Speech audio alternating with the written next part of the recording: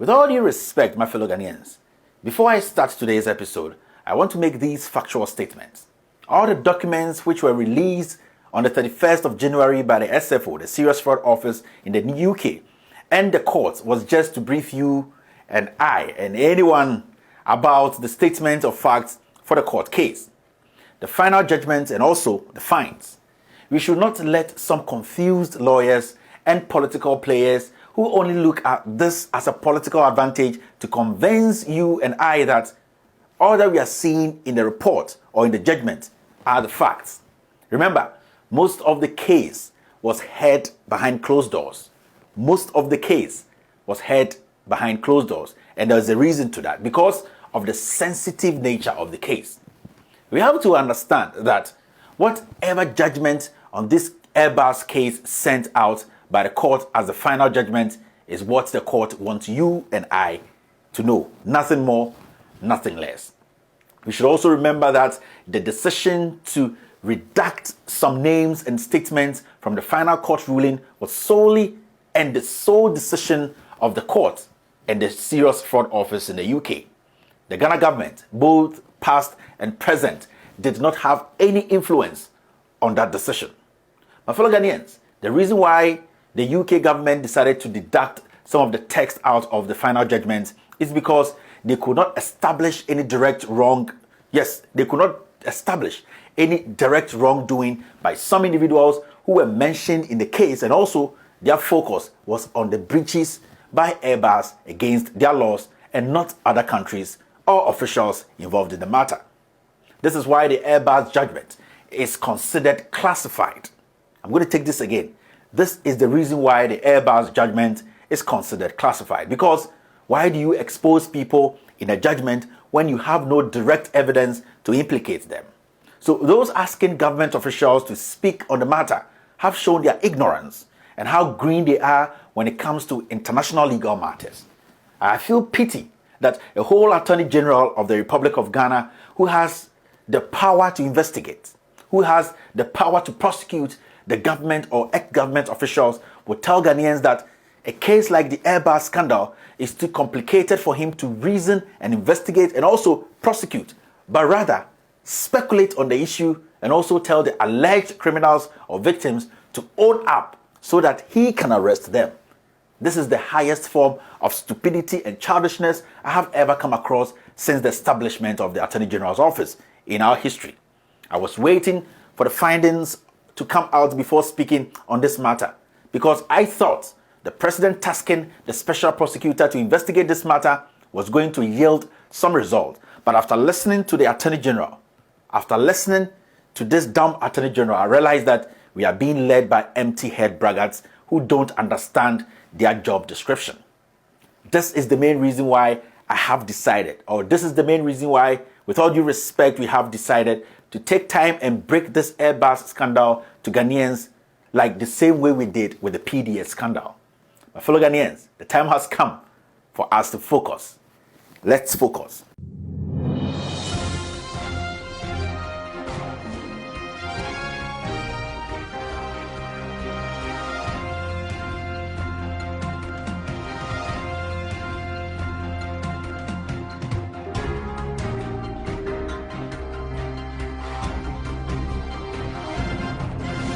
With all due respect, now the questions Ghanaians, especially, people in government, are asking is simple.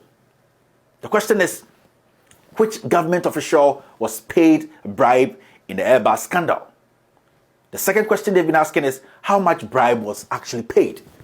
And the third is, was any Ghanaian citizen or government official charged in this case? Some also are asking, is the Ghana government responsible for the actions of UK citizens or foreign nationals when they commit a crime against or within their own country? These are the questions the media, the fake lawyers and politicians are struggling to find answers to. Today, I'll break this down for the special prosecutor who is also implicated in this Airbus scandal and the empty Attorney General to understand the issue, because I think they have allowed stupid political greed to fill their heads, making them forget their core mandate as the legal backbone of this government or this nation. My fellow Ghanaians, with all due respect, I believe this Airbus scandal or Airbus case is an odd case for the government of Ghana to pick up seriously, because they can only read or look into the conflict of interest between Intermediary 5, the famous Intermediary 5, and the government officials named in the case. You also don't have to forget that in the ruling, it was stated that all commissions or bribes, payments were made outside Ghana. This is a very critical statement. They were all made outside Ghana. Now, we have to understand at this critical point that paying commission to a business partner is allowed everywhere in the world. The problem with this case is that the commission was paid to someone who was clearly not an expert in the area, and he was too close to government decision makers for the deal hence seen as a bribe. Yes, now who allowed this lapses? The then Attorney General, Martin Amidu, now the special prosecutor. He's been tasked to investigate a crime he's deeply involved in. For Ghanaians, we have to understand that the UK were only interested in finding Airbus, yes, and will leave all others as they know. Ultimate purchaser detail is classified.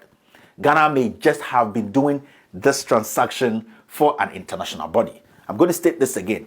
Ghana may have been doing this transaction for an international body. And I leave this for the journalists to take. I'm not going to do their job for them. The funny thing is, the president, Nana Addo Dankwa Akufo-Addo, was once again misinformed by his party followers and attorneys. People just heard bribe, and the whole government assumed someone in the past government was paid bribe, which was not the case. In a crux, the whole thing is about commission payment, which has been determined as being a bribe by Ghana government because, one, it was paid to a business partner who actually did not work on the contract. Two, the business partner paid over 90% of the money to another company owned by UK citizens. Very important. One of them who is born in Ghana, but no confirmation given if he has retained his Ghanaian citizenship. As we speak, in the judgment, that person has not come out to say he's Ghanaian. And in the judgment, it says UK citizen. Now, three, owners of the company who did the work had no experience in that business area. The only advantage we have as a nation, my fellow Ghanaians, the only advantage we have as a nation in this Airbus scandal is that one of the owners is the brother of the government official who was a key decision maker in buying the aircraft. And finally, we also don't have to forget that Airbus employees made false disclosures to the company itself and government agencies. They made false disclosures to their own company and government agencies like UKEF and the United States DDTC. Fellow Ghanaians, I keep saying, focus. And when you focus, you get to the last cent. Now, let me delve deep into this Airbus matter. Take your time, follow me, and you understand the matters very well. Forget about all that they are saying on radio. It is all propaganda. These are the facts. Now let's hit the ground. On the 31st of January, the Department of Justice also announced it had fined Airbus SE in relation to willful violation of international traffic in arms regulation. That is the ITAR Part 130 by failing to properly disclose fees. By failing to properly disclose fees, commission paid for the sale of C-295 military transport aircraft to the government of Ghana. It was clear. Now, as Ghanaians, we are interested in count 5. Now, it says failure to prevent associates of Airbus SE from bribing parties concerned with the purchase of C-295 military transport aircraft by the government of Ghana from Airbus. The question is, who are the parties who were concerned with the purchase of Airbus C-295? The question is simple. Who are the parties who were concerned, very important statement, who were concerned with the purchase of Airbus C-295? Now, are you ready? This is what the mainstream media wouldn't tell you, but we are here to serve God and country, so we will serve you with all the facts, without fear or favor. Now, focus. Let's start and break it down slowly. Who is Airbus SE? Now, per the Serious Fraud Office case judgment document, Airbus SE is the parent company of numerous subsidiary companies around the world, which belongs to Airbus Group. Yes, Airbus Group. Airbus SE is registered in Netherlands, but the main offices are located in Toulouse in France. Now, let me explain the whole case to you, my fellow Ghanaians. I'm going to explain this whole thing to you. There were two separate transactions in buying the aircraft by government of Ghana. Now, the first deal which went through was termed Campaign 1, and the second transaction that failed was termed Campaign 2. Take your time and follow this and focus. The first aircraft campaign started in 2009. In fact, the government of Ghana expressed interest in 2009 in buying new military transport aircraft. Now, Government Official 1, this Government Official 1, a highly ranked elected Ghanaian government official, is named as the key decision maker in Ghana aircraft orders at that time. That is in 2009. Now, after 5 months, yes, in June 2009, the same year, contact between Airbus and the government of Ghana started or commenced. This was facilitated by Intermediary 5. Here, Intermediary 5. Now, Intermediary 5 is a UK citizen born in Ghana. In the court judgment, they said Intermediary 5 is a UK citizen. You could be born anywhere, but at the end of the day, the document in front of the court is that he is a UK citizen. Intermediary 5 and his associates, this is very, very important, and it's a note in the judgment that Intermediary 5 and his associates worked with Airbus for almost 2 years with no written consultant agreement or due diligence in place. So we have to understand that Intermediary 5 knew or had worked with Airbus.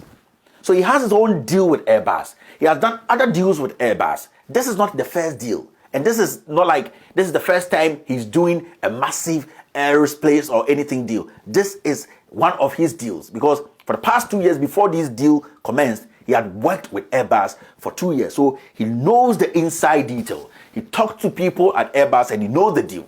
Now, Department of Justice Statement of Fact document refers to Intermediary 5 as the brother of Government Official 1. So, Government Official 1 here, Intermediary 5 here. So the Department of Justice statement on record in the court says that these two people are related. The UK citizen and Government Official 1 are connected. Now, let's go on. On the 7th of December 2009, Company D, let's keep it out like that. Company D was incorporated in Ghana with Intermediary 5 and Intermediary 6 as directed. So a company was formed in Ghana where Intermediary 5, this guy, and some Intermediary 6 were the directors. Now the question is, who is Intermediary 6? Intermediary 6 is also a UK citizen who describes Intermediary 5 as his best friend. So you have Intermediary 6, Intermediary 5 here, they are best friends. He has no prior experience or expertise in the aerospace industry. His CV, in fact, describes him. Yes, his CV describes him as being previously employed as a UK television actor and a film director. That is how it describes it. Now, there is Intermediary 7. So there's 5 who is connected to Government Official 1. There is 6 who is a friend to Intermediary 5. And now there's Intermediary 7. Intermediary 7 also worked with Intermediary 5 and 6 for Company D. So 1, 2, 3, that is 5, 6, 7. They all worked for one company, Company D. Now, Intermediary 7 is also a UK citizen with no prior experience or expertise in the aerospace industry. So you have to understand that for the past, before this deal started, these guys, 5, 6, 7, they had worked with Airbus. Airbus knew these people didn't have aerospace expertise or experience, but they were working with them behind the scenes without any due diligence. So these people have been doing this. This is not the first time they've been doing this. So when somebody says that these guys are just, they don't know what they are doing, no. They have been doing business, they have been working with Airbus, and they have been doing their own thing with Airbus as UK citizens. And these 3 guys are all UK citizens, and they performed all their duties in the UK. You see, they are television stars or whatever, but at the end of the day, 2 years before Government of Ghana got into a deal with Airbus, these people were already working with Airbus. Now the issue is, are you not surprised that anytime Airbus wants to have a deal with Ghana, they go through these people? Because the first campaign and the second campaign, they had to go through these people. It means they know them. They have done deals with them. It has happened before. They know the UK citizens and they can trust. That is why the UK government is so interested and the American government was interested. I'm going to explain that to you. They are interested because Airbus used means to breach the law in the UK using UK citizens. The UK court is not interested in the Ghana government, individuals from the Ghana government, because they have little to prove. They have little to show that some monies were paid to them. This is why I'm saying that, are we chasing goose? Are we just we are wasting our time, or we are doing the right thing? Now let's go on, don't get confused. In February 2010, company with the same name as Company D, you remember Company D? It was put together by Intermediary 5, Intermediary 6 in Ghana. They were directors.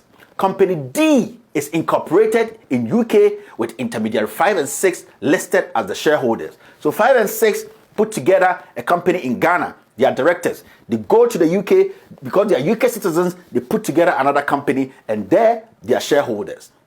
Relax, focus, and you understand. We are talking about 3 UK citizens against Airbus and Government of Ghana. So it's a triangle.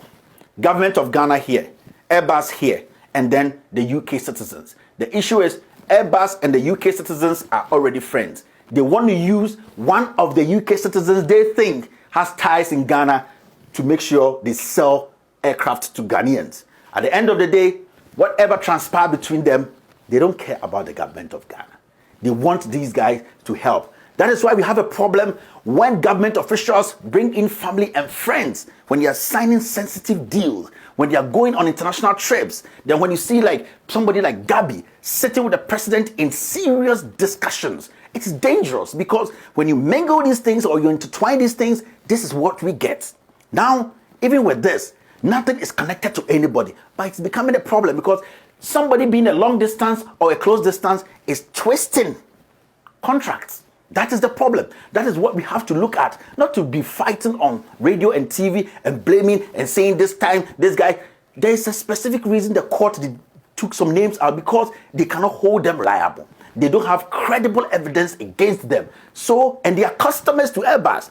But the court is dealing with Airbus for being corrupt against the system, the UK system and the American system. But fellow Ghanaians, this is complicated.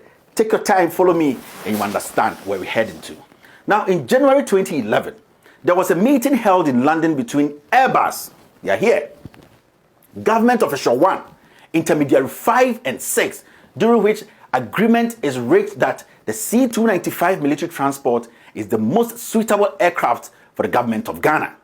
So, on the 18th of May 2011, Intermediary 6, who is a friend to Intermediary 5, and also the people who put together Company D in UK, Company D in Ghana, Intermediary 6 informs Airbus via email that Government Official 1 here has presented the relevant contract financials to the Ghanaian Minister of Finance, and he will be going to Ghana with Intermediary 5, who is related to Government Official 1, in a couple of weeks. This is an email that Intermediary 6 sent to Airbus. That means Airbus knew all that was happening. All that they wanted to do, even though they knew they were breaking the law, they wanted to sell their stuff. They knew they could use these UK citizens, not Ghanaian citizens, in the statement, the judgment, UK citizens to get their money.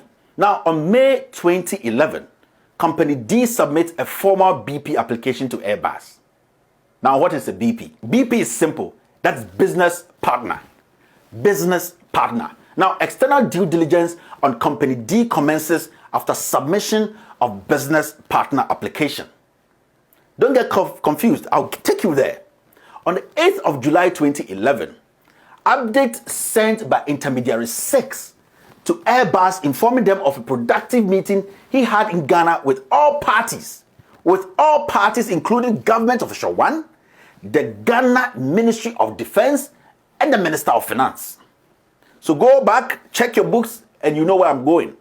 Sale of C-295 was agreed at all levels present at the meeting and was expected to clear Parliament by the 14th of January 2011. Now, Government Official 1 had also expressed interest in buying 2 more C-295 aircraft for Ghana.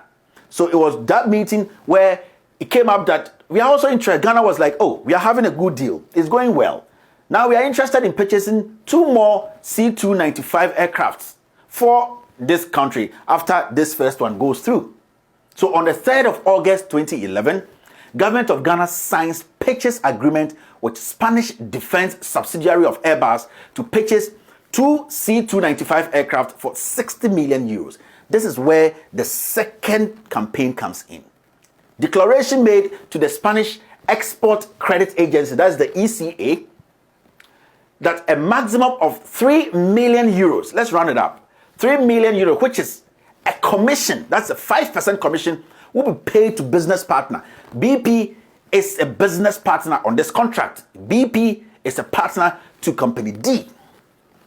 Now you understand. Note, the statement of fact states that, that's the court statement, for the second campaign by the Government of Ghana to purchase additional C-295 aircraft, the Attorney General of Ghana, listen, the Attorney General of Ghana provided comments on the proposed contract to the Ministry of Defense. So the Ministry of Defense acted on the instructions of the Attorney General because the Attorney General sanctioned the deal and said everything was clear. They have done due diligence. They've checked the UK citizens. They have checked Airbus, and the process was a perfect one. And no government official is at fault. And who is this Attorney General? It is Martin Amidu. He was the Attorney General then. Today, the President, who is a lawyer, has also tasked this same person to go and investigate this case. This is the person who cleared this deal. Let's say Government Official 1 did something sketchy. Government Official 1 took some money. Why didn't the Attorney General, who is the last block of legal advice, detect it? Why did the Attorney General go on to say that this deal is clear? Campaign 1 is clean, and then Campaign 2 can even go on. Why did the Attorney General do that? Today, this same Martin Amidu, who is the Attorney General, has been sent by the President to go and investigate the Airbus deal, sending a thief to go in and investigate himself. My fellow Ghanaians, let us put our political affiliations, tribal stupidity aside, and look at the issues, start asking questions, and demanding reasonable answers. Focus. On the 20th of October 2011, internal emails between various Airbus employees proposes a solution to Company D failing due diligence. So this is where we have to understand that it was a scam cooked by Airbus and these UK citizens. The Airbus guys there, those Airbus guys, they knew what was happening. Even when Company D failed due diligence, they were trying to find ways for these 3 UK citizens, 5, 6, 7, to be able to make it happen, because they know that if they're able to get these UK guys to make this happen, they are going to get to sell the thing to Ghanaians. They don't care about Ghanaians. They want to sell their aircraft. Ghanaians, they were using Ghanaians as bait to do their business. And they were also using the Ghanaian they think is in there because he's a UK citizen. He has lived in Ghana before. Definitely, he will have a relative or a friend who is in government. That is why we keep talking about family and friends. This is what is happening now. When you have family and friends in government, they might not directly influence, indirectly they could influence. When you see somebody like Gabi standing by Kufuor in serious political meetings, decisions, it is dangerous, because if he does not take care, this same person can go behind him and have deals that will affect Ghana as a country. So that is why I'm trying to explain to Ghanaians that this is not an issue of during this person's time and during this person's time. It's an issue of we are looking at the issues and where we are failing. Martin Amidu basically is the person who made sure this deal went through because he sanctioned it. This is the same person we want him to go and investigate. Are we sick? He doesn't even understand what he's doing. If I were him, I would tell the president in the first place, Mr. President, I am in there, my name, I'm a prime suspect in there, and I cannot. And this guy just nods and say, I'll take the case. What are you looking for? What are you chasing here? Because at the end of the day, whatever happened, let's forget. Government Official 1, Government Official 2, let's say Government Official 1 was part of this deal. who would make this deal run. Because if he even agrees, an attorney general has to write a comment and address and say, this looks sketchy, I'm not going to allow it. Let's say government official, what allowed it? Why is the attorney general then, Martin Amidu, why was he allowing everything? Can we ask ourselves that question?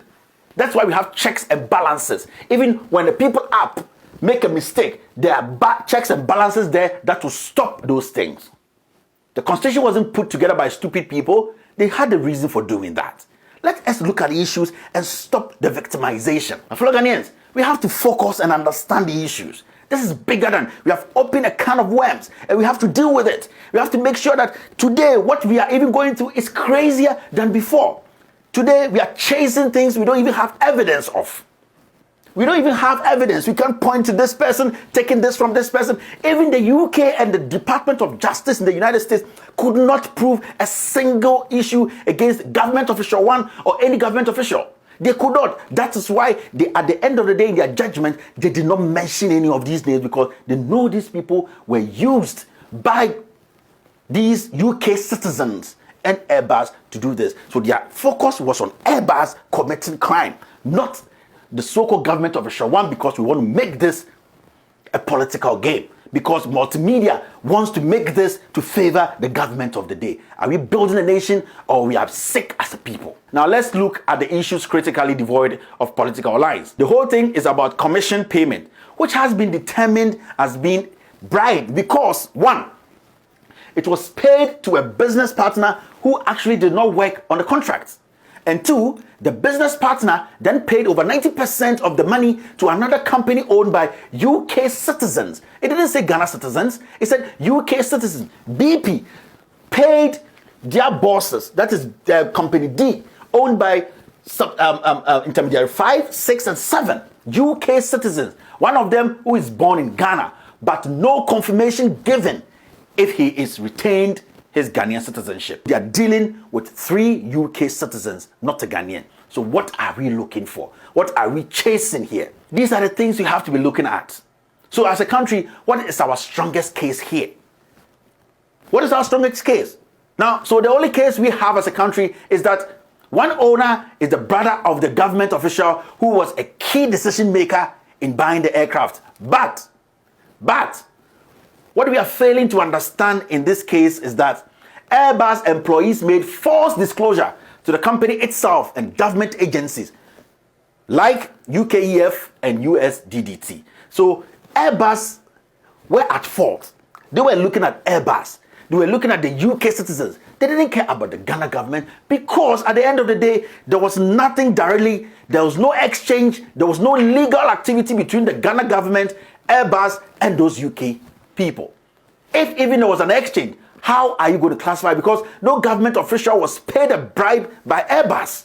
It wasn't anywhere in the judgment. If even a government official received anything, it would be hard to prove because it will come via one of the UK citizens. But now can we tell if it is related to the contract? Can we tell? Which is very difficult to prove. We also have to understand that paying commission to a business partner is no crime. Commissions are there. Partners take commissions. It is never a crime. So what is Martin Amidu looking for? What is the government of Ghana looking for? These are the basic questions we need to be asking and just wasting our time on unnecessary things. The problem with this case is that the commission was paid to someone who was clearly not an expert in the area and he was too close to government decision makers for the deal, hence seen as bribe. But in law, my lawyers in Ghana, in law, Newsfire, something Ayedini, in law, it will be difficult to prove. And you can go and ask your law teachers. My fellow Ghanaians, finally, if this wasn't a political gimmick or government trying so hard to get sympathy, they should have gone after Airbus the day the UK government notified this Ghana government they have started investigation. But this government ignored them. Ask yourself, why are they so interested in this? Because they think it's going to win them political points. The UK government notified this government when they started the investigation. This government said, get out. Why are they so interested today? because they want to win sympathy from the people. They want to divert attention. They want Ghanaians to look stupid. But we are not stupid. We are going to be focused and be looking at the issues. So at this point, what are we chasing, my fellow Ghanaians?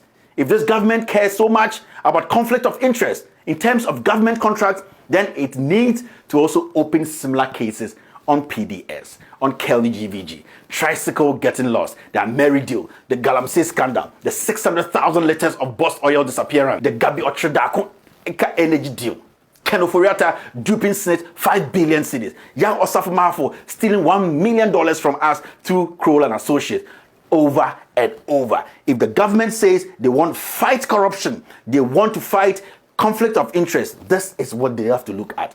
These ones, we have evidence to them. Yes, at least. These ones I just mentioned, we have facts and evidence. So why are they going on a goose chase when we can deal with the pressing issues right now? My fellow Ghanaians, bribe is definitely a problem here in Ghana. And this cuts across both political parties. Most Ghanaians are missing the point. The two lessons we have learned from this Airbus scandals are: one, stopping the government members doing contracts where they have close associates representing the other side and getting paid for it.